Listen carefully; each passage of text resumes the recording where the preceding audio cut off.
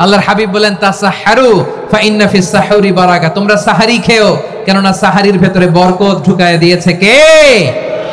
একটা খেজুর এক গ্লাস পানি খেলো সারা দিন আপনাকে তরতাজা রাখে কে? সাহারি খান আপনারা? হ্যাঁ খান না?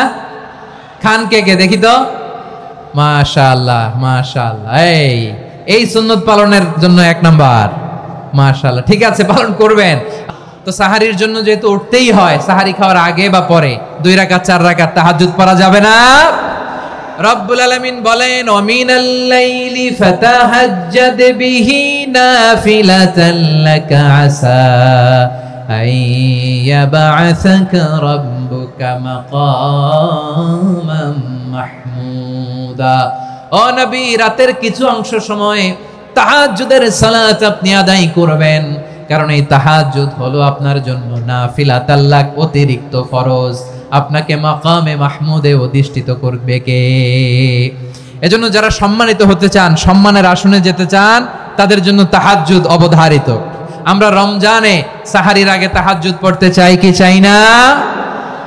এই নামাজটা আল্লাহ বড্ড ভালোবাসেন, কেন জানেন? কারণ গভীর ঘুমকে স্যাক্রিফাইস করে আমরা এই নামাজ পড়ি। ঘুমের আরবি জানা আছে কারো? ঘুমরে আরবিতে কি বলে? অনেকগুলো আরবি আছে। একটা আরবি হচ্ছে নুআস, তন্দ্রা তন্দ্রা, আমানাতান নুআসা কোরআনে এসেছে।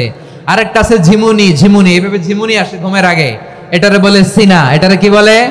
সিনা। স্বাভাবিক ঘুমকে আরবিতে বলে নাউম। স্বাভাবিক ঘুমকে কি বলে?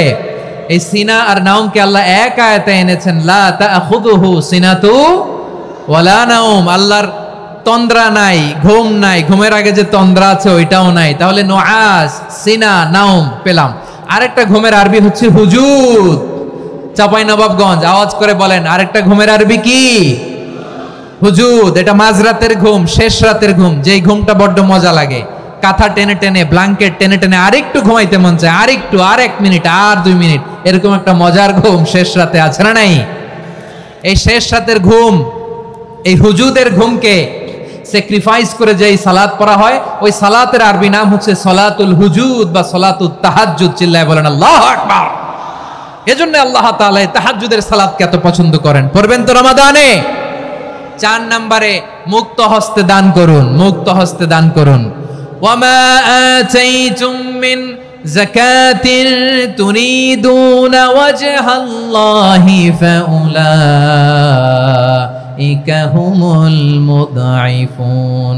তোমরা মনে করো না যাকাত দিলে তোমাদের সম্পদ কমে যায়, এটা ভেবো না, বরং তোমরা আল্লাহর খুশির জন্য যে যাকাত দাও, তারপরে তোমার যে সম্পদ থাকে ওই সম্পদের মধ্যে প্রবৃদ্ধি দান করে কে? আপনি মনে করছেন দিলে কমে? চাঁপাইনবাবগঞ্জের ভাইয়ের আওয়াজ করে বলেন, দান করলে কি সম্পদ কমে নাকি বাড়ে? আওয়াজ করে বলেন, কমে না বাড়ে? বাড়ে। যেটা দান করেন, কামাসালি হাব্বা আম্বাতাত সাবআ সানাবিলা ফি কুল্লি সুম্বুলাতিন মিয়াতি হাব্বা। 1 টাকা দান করলে এটা চারা বীজের মতো, রূপে দিলে 7টা শীষ, প্রতি শীষে হয় 100 শস্য দানা। আল্লাহ যারে চায় এরকম বাড়ায় দেয়, প্রবৃদ্ধি দেয়। সুবহানাল্লাহ। এজন্য মুক্ত হস্তে দান করতে রাজি আছেন? আগে আগে যাকাত ক্যালকুলেট করে রাখেন। আপনার যাকাত বর্ষ যদি পরেও হয়, দেরি করেও হয়, ধরেন যে প্রতি বছর মুহররমে দেন, আপনি আগে দিতে পারবেন। যাকাত অগ্রিম আদায় করা যায়। সুবহানাল্লাহ বলেন। বিষ্ণু ইসা ইসলাম রমাদানে এত দান করতেন, কানা আজওয়াদান নাস, কিন্তু রমাদানে আজওয়াদুন নাস আজওয়াদু বিল খাইরি মিনার রিহিল মুরসালা। প্রবাহিত বাতাসের চেয়ে বিশ্বনবী আর অবদান্যতা বেড়ে যেত। প্রবাহিত বাতাস যেমনি সবাইরে বাতাস দেয়, আস্তিক নাস্তিক মুমিন কাফির সবাইকে শীতল করে দেয়, তেমনি নবীজির রমাদানের দান ছিল এমন, কেউ নবীর কাছে চেয়ে ফিরে গিয়েছে এর নজির নাই। জোরে বলেন সুবহানাল্লাহ। রমাদানে দান করব, ইফতার শেয়ার করব। কাউকে ইফতারি করালে সারাদিন রোজা রেখে তার যে সওয়াব, আপনি ইফতার করানোর কারণে আপনার আমলনামায় ওই সওয়াব আল্লাহ ঢুকায় দিবেন। পড়েন সুবহানাল্লাহ। সাহাবারা বললেন, নবী আমরা গরিব মানুষ, ইফতারি খাওয়ানোর পয়সা নাই। আল্লাহর হাবিব বললেন, ওয়ালাউ বিমাজকাতি লাবান, 1 ঢোক দুধ, ওয়ালাউ বিতামরা, 1টাও খেজুর, ওয়ালাউ বিশারবাতিমা, 1 ঢোক পানি খাইয়েও যদি কারো রোজা ভাঙাও, তারপরে ওই সওয়াব তোমার আমলনামায় দিবে কে? তাহলে মুক্ত হস্তে দান করুন 4 নাম্বার। 5 নাম্বার হচ্ছে কদর তালাশ করুন। রমজানের সবচেয়ে দামি সময়। বিষ্ণু বলেন, মান হুরিমা খাইরাহা ফাকাদ হুরিম। যে কদর মিস করলো সে সব মিস করলো, হি ইজ দ্য লুজার। আচ্ছা বলেন, এই বরকতের মাসে আমরা কি লুজার হতে চাই না গেইনার হতে চাই? সবাই বলেনি, বলেন এই রমাদানে আমরা লুজার হব না গেইনার হব?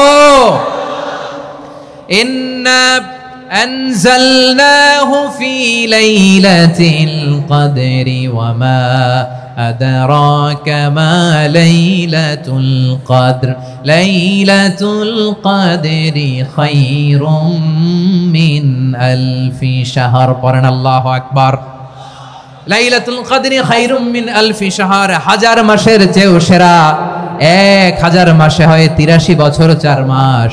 83 বছর 4 মাস টানা ইবাদত করলে যেই সওয়াব, কদরের রাতে ইবাদত করলে অতটুকু সওয়াব আপনি পাবেন, আল্লাহ সেটা বলে নাই। আল্লাহ বলে তার চাইতে বেশি সওয়াব দিয়ে আপনার আমলনামা ভরে দিবে কে? কদর যেন মিস না হয়। 21, 23, 25, 27, 29 নাকি খালি 27? আপনারা কি খালি 27? হ্যাঁ না, ফালতামিসু ফিল আশরিল আওয়াখিরি ফিল মিনাল ভিতরি, রমজানের শেষ দশকের বেজর রাতগুলোকে কদর হিসেবে তালাশ করো। আল্লাহর হাবিব সাল্লাল্লাহু আলাইহি ওয়াসাল্লাম শেষ 10 দিন টানা ইবাদত করতেন, টানা ইবাদত। ইদা জাআল আশরু আহিয়াল লাইলা আইকাদা আহলা ওয়া জাদ্দা ওয়া শাদ্দাল মিজার, সারা রাত জেগে ইবাদতের নজির নবীজির নাই, শুধু রমজানের শেষ দশক ছাড়া। সুবহানাল্লাহ বলেন। নিজেও ঘুমাতেন না, ফাতেমা রাদিয়াল্লাহু তাআলা আনহু, আলী রাদিয়াল্লাহু তাআলা আনহু কাউকে ঘুমাতে দিতেন না, সবাইকে জাগিয়ে তুলতেন। আমরা সারা রাত জেগে ইবাদত করব, রাজি আছেন তো? কদর যেন আমাদের মিস না হয়। আজকে থেকেই ক্যালেন্ডারে মার্ক করে রাখেন, সব কাজ পেছনে ফেলে, সব ব্যস্ততাকে পেছনে ফেলে ইবাদতের জন্য আমরা প্রস্তুত থাকব কদরের রাতে। কোনোভাবে কদর যেন আমাদের মিস না হয়, ইনশাআল্লাহ। বলেন তো সবাই। 6 নম্বরে পারলে ইতিকাফ করবেন। আল্লাহর হাবিব সাল্লাল্লাহু আলাইহি ওয়াসাল্লাম প্রতি বছর 10 দিন ইতিকাফ করতেন। যে বছর ইন্তেকাল করবেন সে বছর 20 দিন ইতিকাফ করেছেন। আপনি বলবেন হুজুর ইতিকাফ না করলে সমস্যা কি? আমার নবী একটা ইবাদত সারা জীবনেও ছাড়ে নাই, আর আপনি জীবনে একবারও করেন নাই।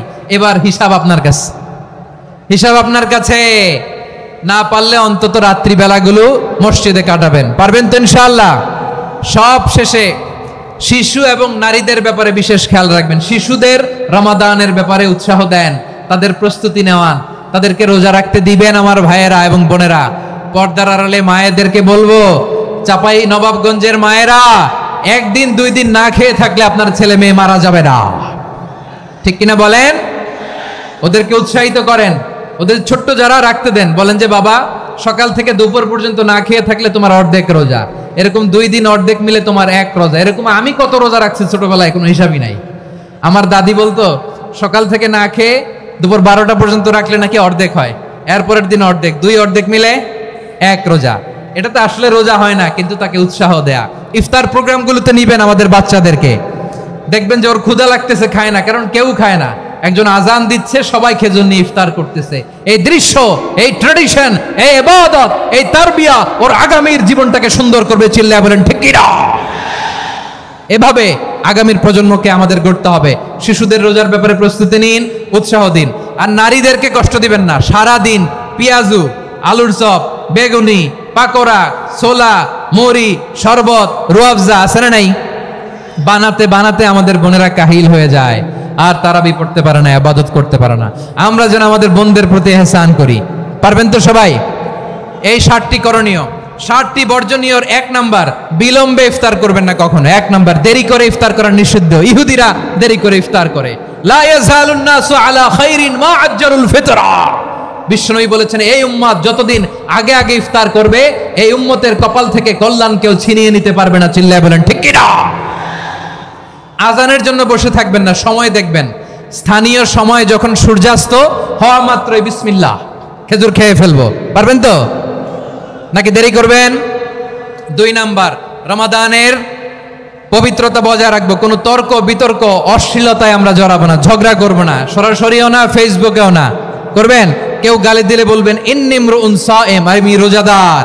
আল্লাহর হাবিব শিখিয়েছেন কেউ যদি তোমার গালি দেয়, কটু কথা বলে, অশ্লীল কথা বলে, রমজানে তুমিও বলতে পারবে না। তুমি বলতে পারবা ইন্নী ইমরুউন সাইম, আমি রোজাদার। আজকে থেকে নিয়ত করেন, রমজানে কেউ গালি দিলে আপনি একটা গালি দিবেন নাকি? কি বলবেন? রোজাদার, রমজানের পবিত্রতা আমি ভঙ্গ করতে পারবো না। অশ্লীল নাটক সিনেমা আমরা দেখব না। ব্যাড হ্যাবিট থাকলে রমাদানে এটা ছাড়ার মহা সুযোগ। স্মোকিং এর অভ্যাস আছে অনেকের, ঠিক কিনা? চাঁপাইনবাবগঞ্জে আপনারা স্মোকিং করেন? হ্যাঁ, না না আমরা করি না। বলেন করি না? করবেন না কেউ? যদি কারো থাকে, কে করে হাত তোলালাম না আমি। এই রমাদানে এই স্মোকিং হ্যাবিট থেকে আমরা বেরিয়ে আসবো, ঠিক কিনা বলেন?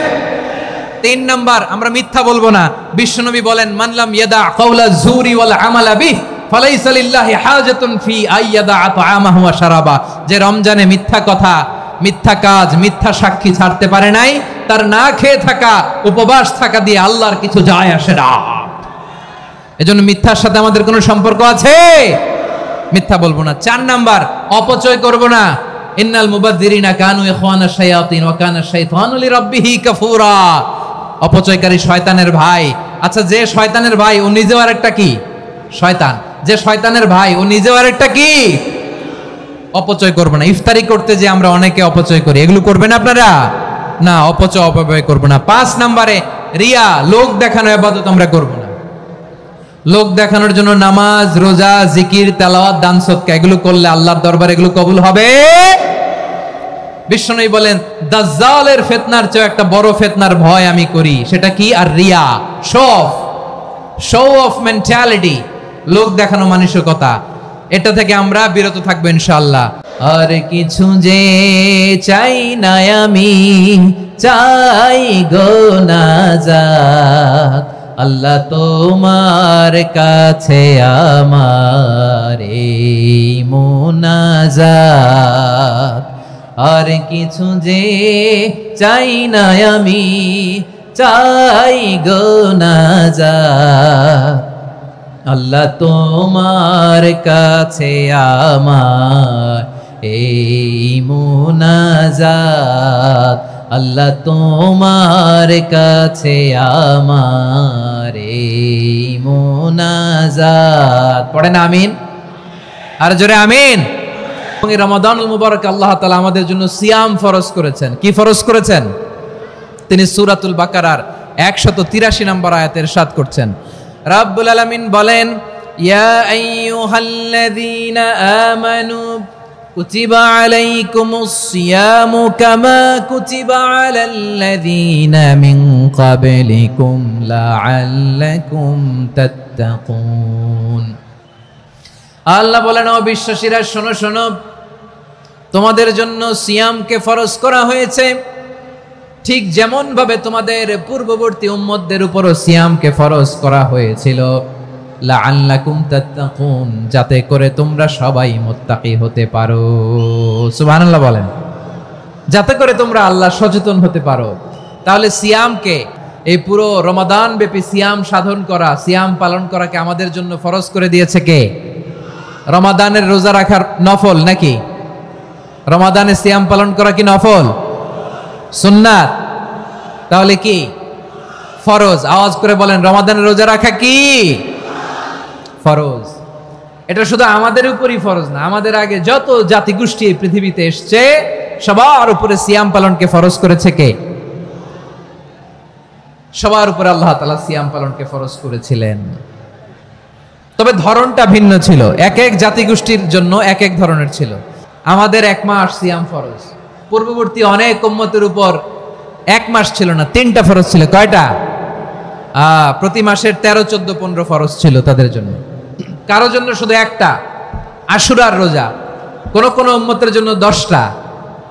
কোন কোন উম্মতের জন্য রোজা ফরজ ছিল মৌনতার রোজা, আরবিতে বলে সওমুল ইনসাত, মানে সারাদিন খেতে পারবে, পান করতে পারবে, স্ত্রীর সাথে মেলামেশা করতে পারবে, কিন্তু কথা বলতে পারবে না। কথা বললেই তাদের রোজা ভেঙে যেত। পড়েন সুবহানাল্লাহ। কি অদ্ভুত ব্যাপার, মৌন সম্মতির রোজা। যেমনটি সাইয়্যিদাতুনা মারিয়াম আলাইহিস সালাম বলেছেন, ইন্নী নাযারতু লির-রাহমানি সাওমা ফালান উকাল্লিমাল ইয়াওমা ইনসিয়া। তিনি বলেছেন, আজকে আমি রহমানের জন্য, মানে আল্লাহর জন্য রোজা মানত করেছি, আজকে আমি কারোর সাথে কথা বলতে পারবো না। তো রোজা রাখলে কথা বলতে পারবে না কেন? কারণ ওই শরীয়তে রোজার বিধান ছিল সকাল থেকে সন্ধ্যা খেতে পারবেন, পান করতে পারবেন, কিন্তু কথা বলতে পারবেন না। কথা বললেই রোজা ভেঙে যেত। সুবহানাল্লাহ বলেন। তাহলে সব জাতিগোষ্ঠীর উপরে রোজা ফরজ ছিল, কিন্তু ধরনটা ভিন্ন ছিল। মজার ব্যাপার হচ্ছে আপনি বর্তমানেও বিভিন্ন ধর্মের দিকে তাকান, বৌদ্ধ ধর্ম, হিন্দু ধর্ম, খ্রিস্ট ধর্ম, তাদের মধ্যে রোজা আছে।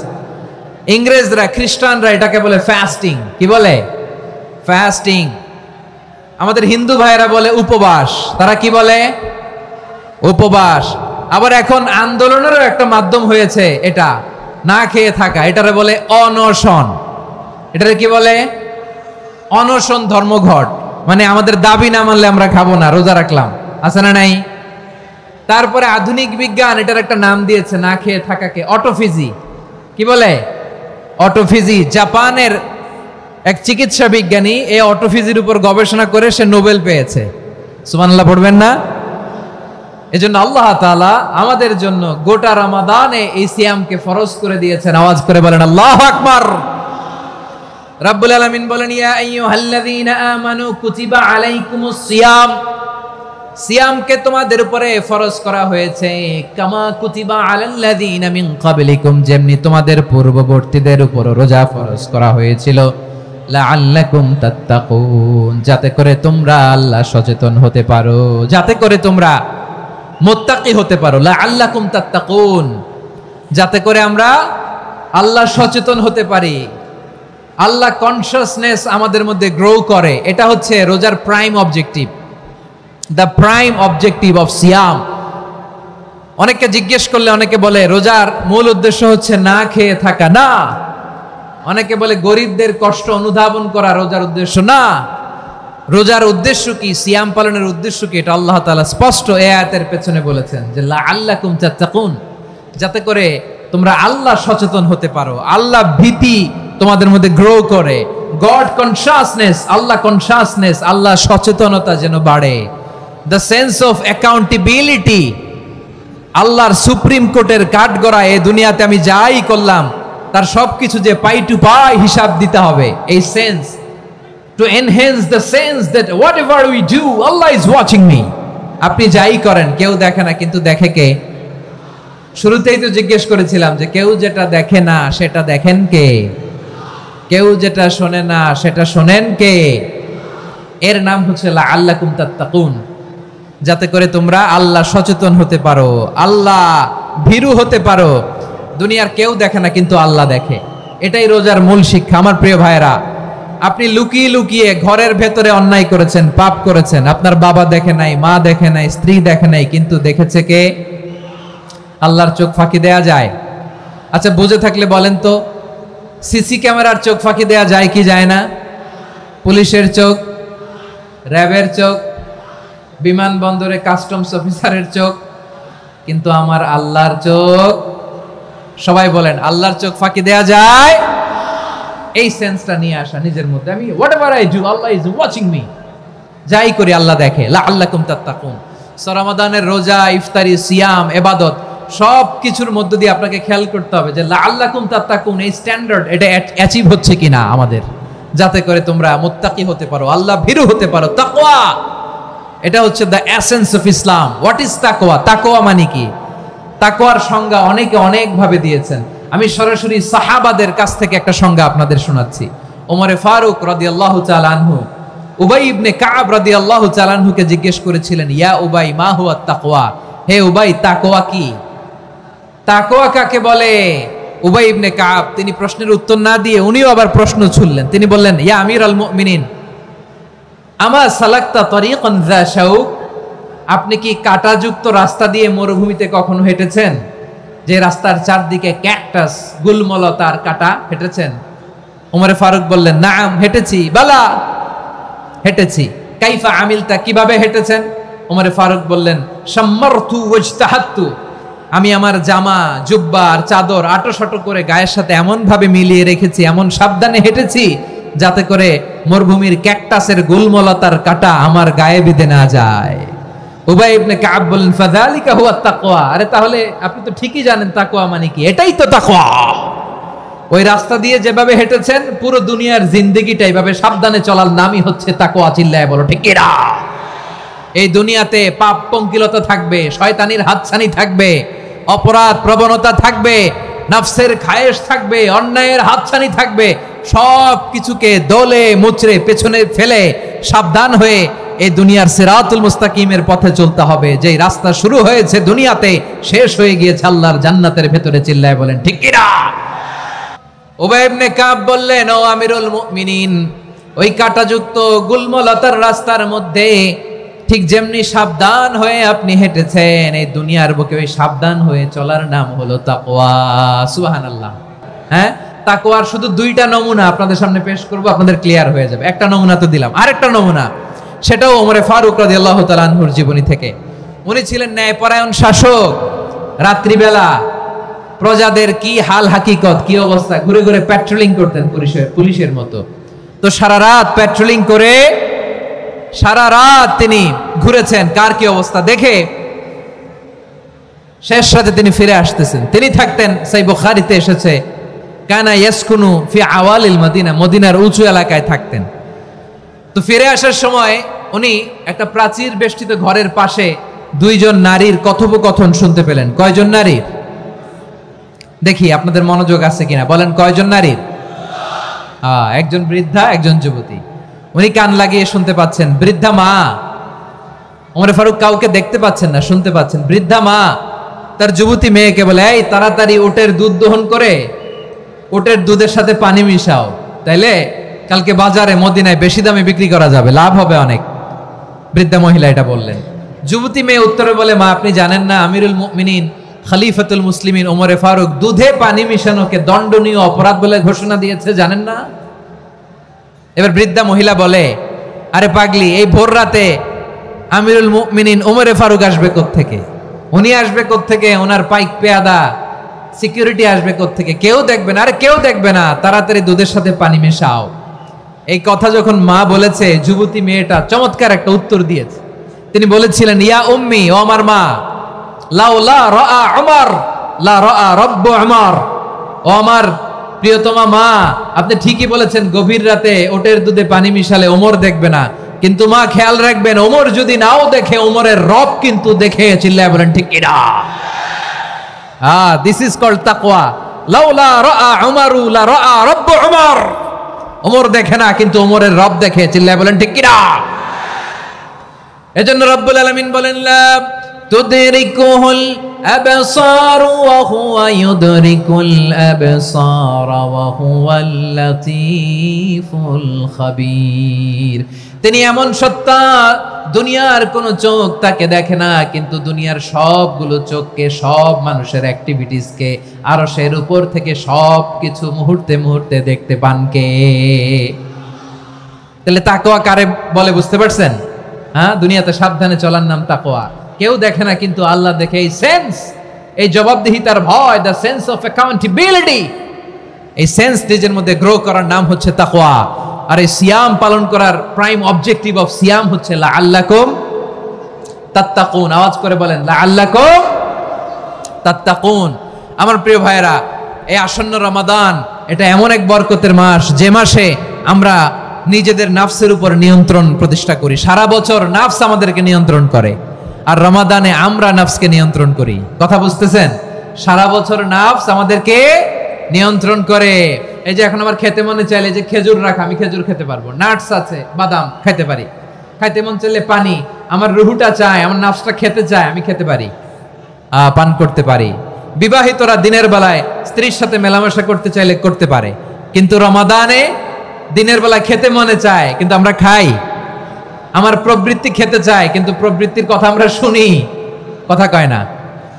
রমজানে খেতে মন চাইলে আমরা খাই, তৃষ্ণায় গলা ফেটে যায়, গলার ছাতি ফেটে যায়, কিন্তু এক ঢোক পানি কি আমরা গিলি? বিবাহিতরা দিনের বেলা স্ত্রীর সাথে কি মেলামেশায় যায় না। তার মানে সারা বছর নফস আমাদেরকে নিয়ন্ত্রণ করে, আর রমাদানে নফসের উপর আমরা নিয়ন্ত্রণ প্রতিষ্ঠা করি। নফসের লাগাম আমরা রমাদানে টেনে ধরে। চিল্লায় বলেন ঠিক কি না? এজন্য আমার প্রিয় ভাইয়েরা, নফসের উপর নিয়ন্ত্রণ নিতে চাইলে রমাদানের রোজার কোনো বিকল্প নাই। এটা এমন মাস, যে মাসের ফজিলতেরও কোনো শেষ নাই। এই মাসকে বলা হয় দ্য মান্থ অফ হোপ। এটা আশা জাগানিয়া মাস। রমজানের কথা শুনলেই আশা জাগে না হৃদয়ে? হ্যাঁ, ইদা জাআ রমাদান ফুতিহাত আবওয়াবুস সামা ওয়া গুল্লিকাত আবওয়াবু জাহান্নাম ওয়া সুফিদাতিশ শায়াতিন।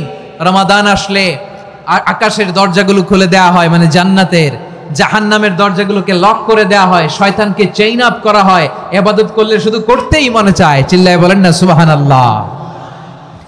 রমজানে ইবাদতে যেই মজা পাওয়া যায় সারা বছর অন্য কোনো মাসে এই মজা আপনি পান না। রমজানে ইবাদতে যেই মজা অন্য মাসে এটা পান, কারণ রমজানে ইবাদত করলে সওয়াবও বেশি, ইবাদতের একটা পরিবেশ থাকে, ঠিক কিনা বলেন?